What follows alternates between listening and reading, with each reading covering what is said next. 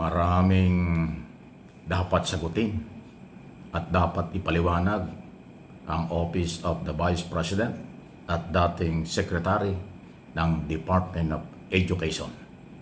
Dahil po doon sa mga grounds or basihan ng impeachment complaint 3 and 4. Dahil nakita talaga yung mga tinatawag nating basihan din para ituloy ang paglilitis or hearing ng Committee on Justice. Ayon po kay Congresswoman Luis Tro, na siyang chairman ng komite, ay ang proper hearing o talagang paglilitis ay mangyayari after Holy Week na. Dahil pagkatapos ma-establish ang substance ng mga reklamong ito, bibigyan daw po nila ng pagkakataon or panahon ang kampo ni Vice President Sara Duterte para sagutin ang lahat ng mga grounds dito ho sa impeachment laban sa kanya. So yan yung due process, ibibigay ang panahon. Isipin mo, mahaba-haba yan. Kung matapos ngayong linggong ito ang pagdetermina ng substance o natapos, so ibig sabihin mula next week hanggang sa after Holy Week, yun ang kailang pagkakataong suriin, aralin ang grounds at sila'y sumagot dahil sila'y iimbitahan ng Committee on Justice para ipaliwanag itong kanilang depensa.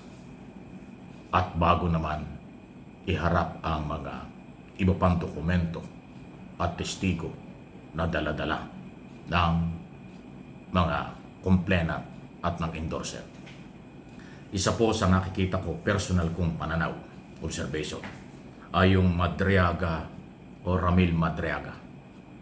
Doon po sa issue ng galaw ng pera sa Office of the Vice President at sa Department of Education ng panahon yun.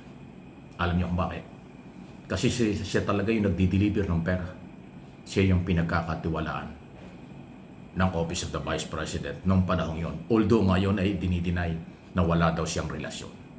Pero yung sinumpa ang salaysay at kung sakali baka mangyari, ipatawag ng Committee on Justice itong si Ramil Madriaga, maraming gigibain ito na depensa ng Vice President sa aking paniniwala. Kasi marami itong alam.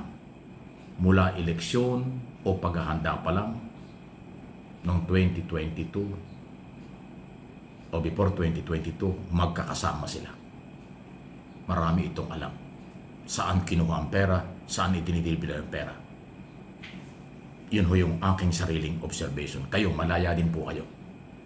Paalaala lang kasi may mga siguro ang sabi nila one-sided tayo. Hindi po tayo one-sided. Sinasabi lang nung ibang mga nagko-comment na ako ay one-sided kasi hindi pabor sa inyo ang sinasabi ko. Ang kakampihan ko ay base sa ebidensya at ating nakikita at naririnig, yung ating tinatalakay. Dahil hindi pabor ito sa inyo, sasabihin nyo ako ay one-sided, ako ay bias, at kung ano-ano pa. Yan po yung opinion nyo na hindi makakasira sa focus ko na ipaliwanag at iparating sa mamamayang Pilipino sa buong mundo kung ano ang totoong nangyayari. Okay? Hindi ko pipilitin ang mga ayaw tumanggap ng katotohanan at ebidensya. Ako ay nagbabalita lang, nagbibigay ng opinion, nagbibigay ng interpretation, nagbibigay ng suggestion kung kinakailangan sa mga nangyayari. Ang Committee on Justice, ang Kongreso at Senado ang merong 1,000% na exclusive na kapangyarihan sa ilalim ng saligang batas sa impeachment process. Maliwanag po yan. Ako ay nagbibigay ng mga paliwanag base sa nangyayari. Expected ko na yan na yung magsasabing bias ako, one-sided ako kasi hindi pabor sa kanila. Hindi ako maaapektuhan dyan. Paninindigan ko sa aking mga followers, subscribers at viewers, kayo yun, sa buong mundo, kung ano ang totoo at ano ang dapat kong ipaliwanag at iparating sa inyo. Hindi tayo titigil ng ganitong klaseng paliwanag kasi ang taong bayan ang complainant dito sa impeachment.